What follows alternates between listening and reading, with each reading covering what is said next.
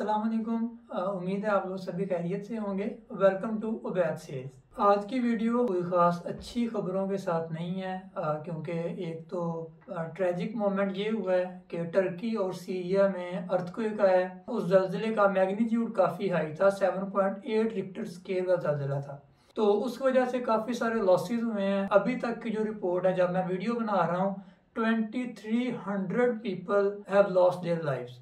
तो 2300 बंदा अभी तक अपनी जान गंवा बैठा है और अभी तक काउंटिंग जारी है, क्योंकि जो बिल्डिंगें गिरी हैं उनके नीचे काफ़ी लोग आ चुके हैं और वो अभी तक लोगों को ढूंढ रहे हैं और होपफुली उसमें टाइम लगेगा। लेकिन लेट्स जस्ट प्रे कि अल्लाह ताला सबको महफूज रखे और जो लोग वहाँ पे अभी तक अपनी जान गंवा चुके हैं उनके अल्लाह ताला दर्जात बुलंद करे। और जो अभी तक जिनकी लाशें नहीं मिली, जो लोग अपने प्यारों को अभी तक ढूंढ रहे हैं, अल्लाह ताला उनके लिए आसानियां पैदा फरमाए।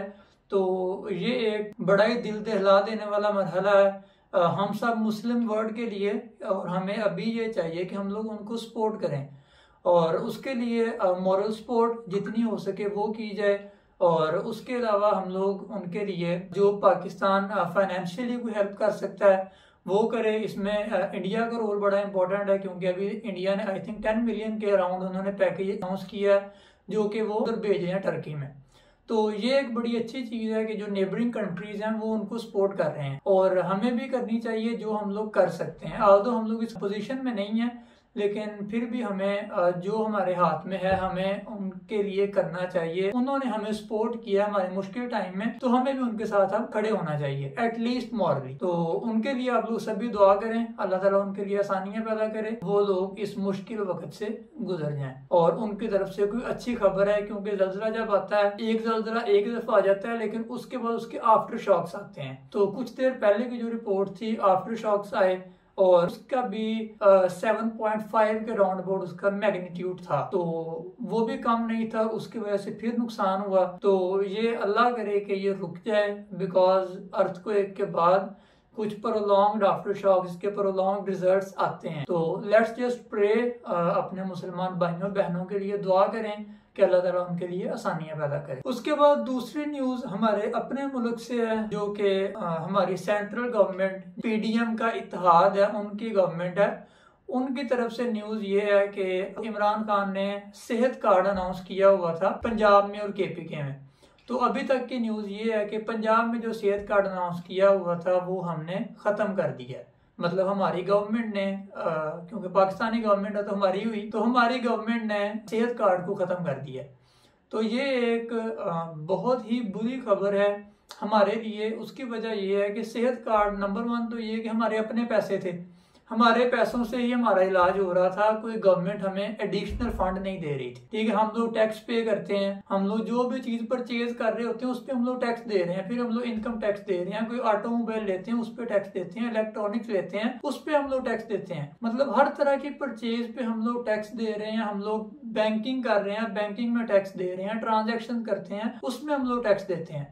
तो हर जगह पे हम लोग टैक्स दे रहे हैं और उसके बाद उस टैक्स में से जो अगर गवर्नमेंट हम पे कुछ इन्वेस्ट कर रही है तो इसमें कोई गलत बात भी नहीं है और ना कुछ इस तरह से है कि गवर्नमेंट हम पे बहुत पैसा लगा रही है। हमारा पैसा ही हमें मिल रहा था, लेकिन अब उसको भी खत्म करने का प्लान कर लिया गया है, बल्कि खत्म हो गया है। आज की न्यूज जो है मैं आपके साथ शेयर भी करता हूँ। तो इसमें अब किसका नुकसान हुआ, वो हमारा नुकसान हो। हमारा नुकसान ये है कि एक गरीब बंदा वो चला जाता चले अच्छे हॉस्पिटल में, क्योंकि इसमें पीटीआई गवर्नमेंट ने जब ये अनाउंस किया था उन्होंने 294 गालबन हॉस्पिटल इसमें इंक्लूड किए थे। तो वो जो 294 पंजाब के हॉस्पिटल्स थे उसमें प्राइवेट हॉस्पिटल्स भी थे। तो प्राइवेट हॉस्पिटल में जाना एक गरीब बंदे की सकत नहीं है। तो एक गरीब बंदा प्राइवेट हॉस्पिटल में जाके अच्छे हॉस्पिटल में अच्छे डॉक्टर से अपना इलाज करवा लेता था, उसकी कोई जिंदगी बच जाती थी। लेकिन अब उसके लिए ये सहूलत खत्म कर दी गई है और उसकी रीजन ये बताई गई है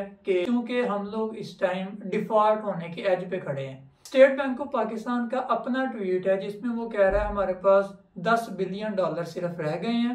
और $10 बिलियन में भी अगर आप लोग फिगर देखें तो $4.3 बिलियन हमारा फॉरेन एक्सचेंज है और उसके बाद $5.8 बिलियन हमारा वो रिजर्व हैं जो कि कमर्शियल बैंक्स में पड़े हुए हैं।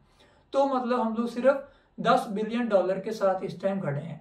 तो हमें अब डॉलर चाहिए और उसके लिए हम लोग देख रहे हैं अपने दोस्त ममालिक की तरफ और IMF की तरफ। शहबाज शरीफ ने खुद ये चीज़ अनाउंस की है कि IMF हमें हाथ नहीं पकड़ा रहा, मतलब IMF का अभी कोई मूड नहीं है कि वो हमें किसी भी किस्म का कोई पैसा दे। उसकी वजह यह है कि IMF हमारा कोई बहुत अच्छा दोस्त नहीं है कि हम लोग उससे पैसे मांगें और वो हमें बिला वजह पैसे दे दे। जब भी IMF आपको पैसे देगा वो पहले ये देखेगा आप उनको वापस किस तरह करेंगे। अब जब आप उनको वापस करने की कंडीशन में नहीं है, आपकी सिचुएशन इस तरह की नहीं है कि आप उनको वापस कर सकें, तो वो आपको कभी पैसे नहीं देगा। तो जब वो इस तरह की कंडीशन पैदा करवाना चाहता है उसके लिए वो कहता है कि आप जो सब्सिडीज दे रहे हैं उनको खत्म करें। का बिल जो था आपका, जब PDI गवर्नमेंट थी तो आपको बिजली के बिल पे सब्सिडी मिल रही थी और उसके बाद आपको कुछ इस तरह सब्सिडी थी कि आपका ये जो हेल्थ कार्ड था, सेहत कार्ड जिसको हम लोग बोलते थे, वो आपका चल रहा था। ये बड़ी अच्छी फैसिलिटी थी। तो इस तरह से PTI गवर्नमेंट ने पेट्रोल पे सब्सिडी दी हुई थी, तो इस तरह उन्होंने सब्सिडीज दी थी और वो मुल्क को चला रहे थे। लेकिन अब IMF ये कहता है कि आप वो सब्सिडीज बचाएं और वो पैसे हमें शो करवाएं कि आपके पास ये अकाउंट में पैसे आ रहे हैं और आपकी इस तरह एबिलिटी ये हमें शो होगी कि अब आप हमें पैसे वापस भी कर सकते हैं। ये सेंट्रल गवर्नमेंट ने हमारी ये इनिशिएटिव लिया है कि हम लोग सेहत कार्ड खत्म कर दें। तो और हमारी सिचुएशन इस टाइम ये है कि जो हम लोग जिनेवा कन्वेंशन में गए थे वहां पे काफी सारे प्लेजेस हुए, बड़ा शोर मचाया गया पाकिस्तान आगे कि जी हमने इतने प्लेजेस ले लिए हैं और हमारे पास बहुत पैसा आने वाला है, बड़ा डॉलर पाकिस्तान आ रहा है। लेकिन उसका रिजल्ट ये निकला है अभी तक कुछ भी नहीं पाकिस्तान में आया। और ये कहा जा रहा है कि जिन्होंने प्लेज किए थे पैसे वो भी ये कह रहे हैं कि आप पहले जो आपने सेहत कार्ड दिया हुआ है, इसको हम लोग बोलते हैं अनटारगेटेड स्पेंडिंग, कि आपने कोई टारगेट नहीं रखा कि ये गरीबों में जानी है या अमीरों में जानी है। अनटारगेटेड आपकी स्पेंडिंग्स हैं, वो कहते हैं जी ये खत्म करें। अब प्लेजेस वाले भी यही कह रहे हैं और जिन्होंने लोन देना है वो भी यही कह रहे हैं। तो उसके लिए हम लोगों ने अब ये प्लान किया है कि हम लोग गरीबों का गला दबाएंगे। ठीक है, उसके ये सेहत कार्ड वाली फैसिलिटी ये हमने ले ली, हमने सब्सिडीज ले ली, हमने पेट्रोल की प्राइसेस इंक्रीज कर दी। तो अल्टीमेटली जब ये सारा कुछ इस तरफ चल रहा है तो जो डेली कमोडिटीज हैं आपकी ग्रोसरीज हैं, आपका खाना पीना डेली का है, वो महंगा होता है। तो नुकसान अगेन गरीब बंदा जो है उसकी रोटी खत्म होती जा रही है, उसके लिए मुश्किलात बढ़ती जा रही। तो सेंट्रल गवर्नमेंट की तरफ से ये कोई प्लाजिबल डिसीजन बिल्कुल भी नहीं है।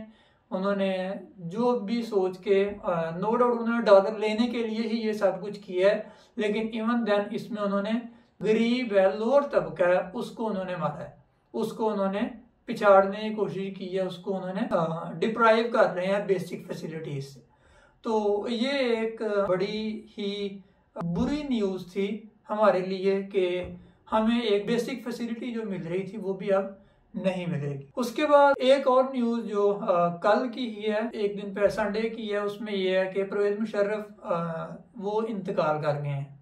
तो इस पे काफ़ी सारी डिबेट चल रही है, इस पे आर्टिकल्स काफ़ी सारे आ रहे हैं, काफ़ी लोग अपनी आरा दे रहे हैं। मेरी इसमें टेक ये है कि नंबर 1 तो ये कि एक बंदा अब दुनिया से चला गया है। जब तक वो दुनिया में था अगर आप लोगों को उसको कोई सजा देनी थी, क्योंकि उसने तकरीबन 10 साल गवर्न किया है हमारे मुल्क में, ऑलमोस्ट 10 ईयर्स। तो उस दौरान आप लोगों ने अगर कोई डिसीजन लेना था, अगर कोई उसको पनिश करना था, कन्विक्शन थी कोई, तो आपको उस टाइम करनी चाहिए थी।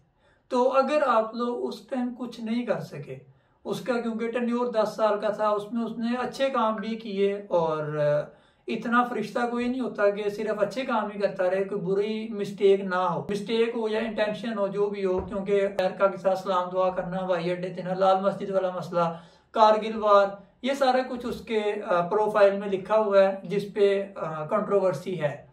लेकिन वही बात दोबारा आ जाती है कि जब वो जिंदा था तब आप लोग एक्शन लेते, अब वो इस दुनिया से चला गया, अब लोग बार वो पिक्चर लगा रहे हैं कि जी अदालत ने इसको फांसी की सजा दी थी, अदालत ने ये कहा था जब ये मर जाएगा तो इसकी लाश को हम लोग डी चौक में लटकाएंगे।